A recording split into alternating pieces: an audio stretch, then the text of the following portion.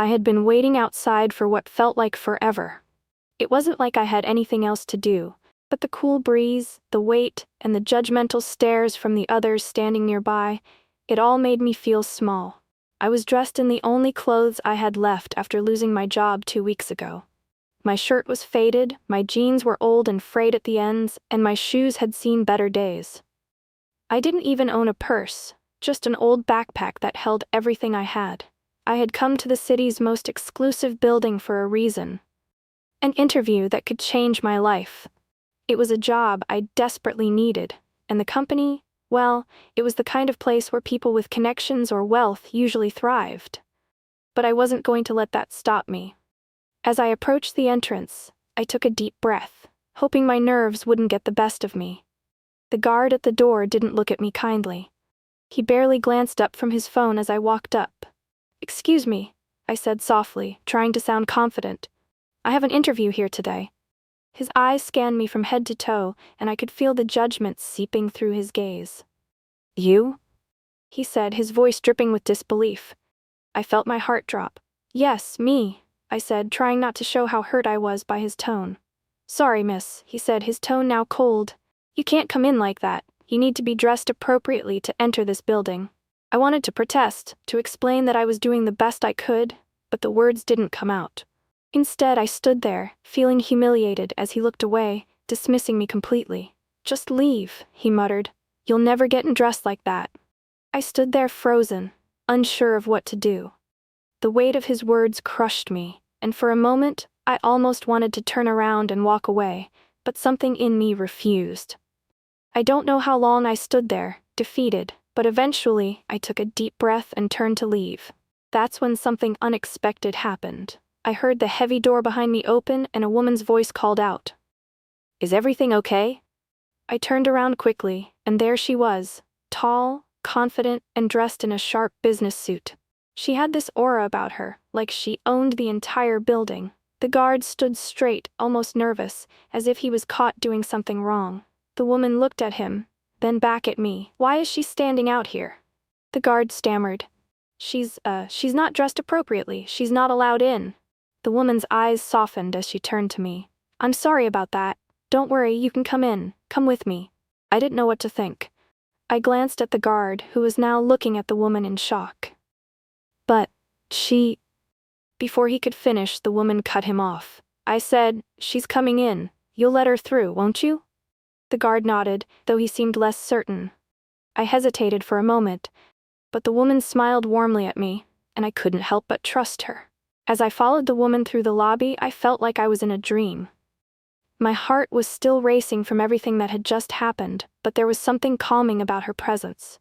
She moved with such ease, like she owned the place, like it was exactly where she belonged. She didn't walk with arrogance, though. It was a quiet confidence, a surety in every step. I couldn't help but wonder who she was, what her story was, and why she had taken an interest in me when she could have easily ignored what had just happened. She led me to the elevator, her heels clicking softly on the polished floor. She pressed the button for the top floor, and the doors slid shut with a soft chime. The hum of the elevator filled the silence between us. "You have an interview here, right?" she asked, her voice casual but warm. It was a simple question, but I couldn't find the words to respond right away. I just nodded, still too stunned to speak. The whole thing felt surreal. "I'm sorry you were treated like that," she said after a beat, her voice filled with genuine empathy. "It's unacceptable. No one should ever be judged like that based on their appearance." Her words struck me deeply, more than I expected. I know it's hard to be confident when people look down on you. I felt my throat tighten as her words sank in. No one had ever said anything like that to me before.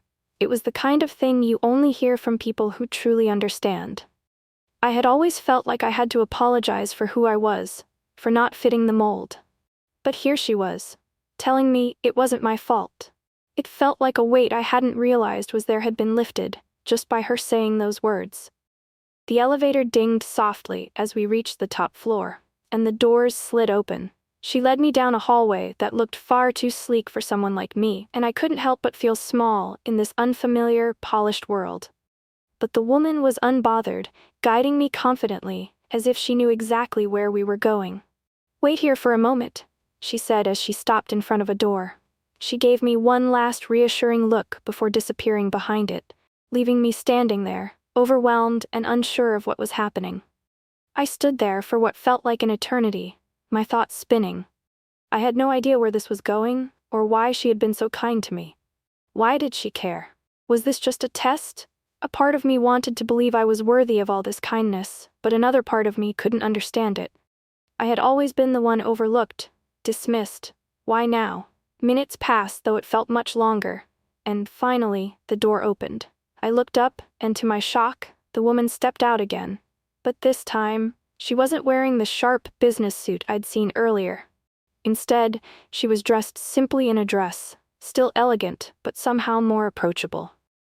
She smiled at me as she walked over, and I could see a warmth in her eyes that hadn't been there before. "I'm sorry, I didn't introduce myself properly," she said with a light chuckle, as if she had just realized something important. "I'm the CEO of this company, and I've been following your resume for a while now. I think you're perfect for this position." My mind went completely blank. I could feel my heart racing again as the reality of the situation hit me. "You?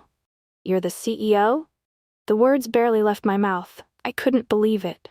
The woman who had just been so kind, who had seen beyond my clothes and my nerves, was the very person I had been waiting to meet.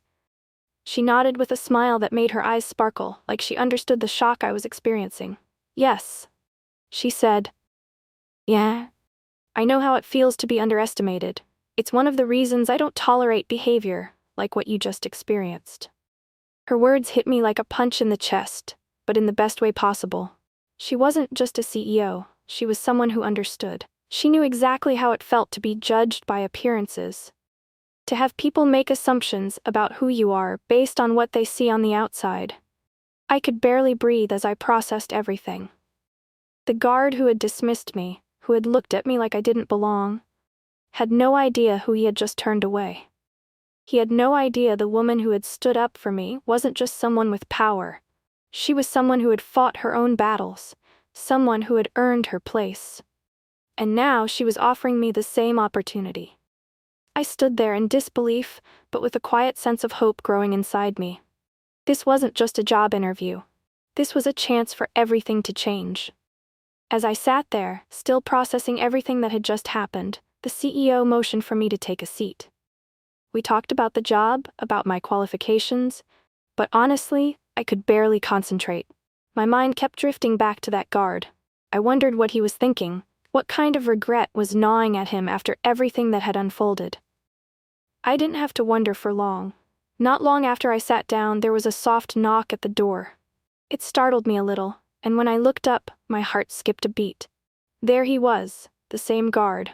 His face was pale, and he was standing there in the doorway, looking like he was on the verge of collapsing.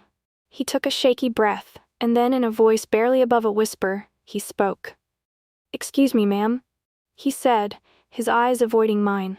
I'm really sorry for what happened earlier. I didn't know who she was. Please don't fire me. I was just doing my job. I didn't mean to be rude. I beg you, please." The CEO didn't react right away. She just studied him for a moment, her gaze sharp but unreadable. I couldn't help but notice the way she stood up slowly, almost deliberately, like she was taking her time, weighing her response. "You should have thought about that before you judge someone based on their appearance," she said, her voice cool, though there was a hint of something in her tone. A lesson, maybe. It felt like a quiet reprimand, and it wasn't lost on me. She didn't need to raise her voice to make him understand how serious this was. The guard seemed to shrink under her words. His hands trembled slightly, and he took a deep breath before responding, his voice barely audible. "I understand," he said, his voice shaking. "I was wrong, and I'll do anything to make it right." There was a long pause, one that felt like it lasted forever. I could see the tension in the CEO's face. She wasn't sure what to do next, but I could tell she wasn't ready to let him off easily. And I couldn't blame her. But then, to my surprise, her expression softened just a little. She didn't say much more, but when she turned back to me, there was a small, reassuring smile on her face, and one that told me she wasn't just about power and authority, she was about fairness too. She nodded at the guard, her voice steady but firm. "I'll consider this. But you won't make a mistake like this again, will you?" The guard nodded so quickly, I thought he might give himself whiplash. His eyes were wide, filled with fear, but there was something else there, too. A sense of relief, maybe, that he wasn't being dismissed outright. He gave a quick bow of his head and turned to leave, practically rushing out the door. As he left, I could see the fear still in his eyes, but there was a flicker of understanding there too, a quiet acknowledgement that he had learned something today. It wasn't just about the consequences of his actions. It was about realizing that respect couldn't be bought, couldn't be based on someone's clothes or the way they looked. It was about seeing people for who they truly were, not just who they appeared to be. For me, that moment was a reminder of something important. Sometimes, it's not the people with the power who get to decide who belongs or who doesn't. Sometimes the ones who seem powerless get to show the world how wrong it is to make assumptions. And I couldn't help but feel a small sense of satisfaction. The guard had been taught a lesson, not just by the CEO, but by all of us. By the simple act of showing that kindness, fairness, and respect don't depend on appearances. It was a moment of quiet justice, and it was enough to make me believe, just a little bit more, in the power of doing what's right. I got the job. But as I stood there, the offer letter in my hands, I realized it wasn't just about the position or the salary. It wasn't about the perks or the fancy title. What mattered most was how everything had changed for me in a way I never saw coming. When I walked in that day, feeling like I didn't belong, I didn't expect to leave with so much more than just an offer. What I had gained wasn't just a job. It was a sense of self-worth, a confidence I had never felt before. I thought back to that moment outside the building, standing alone, feeling like I didn't stand a chance. But somehow everything turned around. The CEO, the kind woman who saw beyond my clothes, had given me more than just an opportunity. She had given me back my belief in myself, and that was priceless. As for the guard, well, he was transferred out. But I didn't feel satisfaction or bitterness.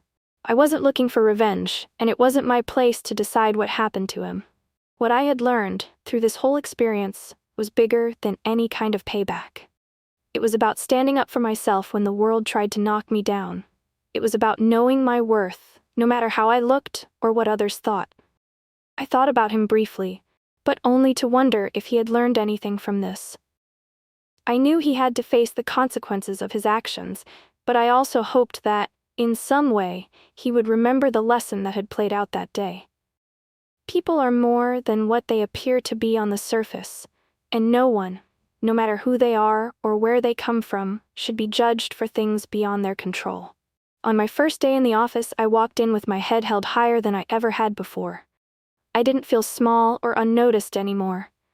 The halls I had once imagined I didn't belong in now felt like a place where I had every right to be. I knew my place in the world wasn't defined by the clothes I wore or the way people saw me. The world had changed, yes, but so had I. I promised myself that I would never again let someone's judgment make me feel invisible. No matter where I went, no matter what I did, I would carry this lesson with me. And in the back of my mind, I hoped that the guard, wherever he was, would find a way to remember this lesson too. Because deep down, we all deserve respect. Thanks so much for watching. I hope you enjoyed the story and found something meaningful in it. If you did, please take a moment to like, comment, and share. It helps so much in spreading the love. And if you're not already subscribed, don't forget to subscribe so you won't miss any future stories. Your support means everything to me and keeps me going. I'd love to hear your thoughts, so drop a comment below. Until next time, take care and keep believing in the power of change.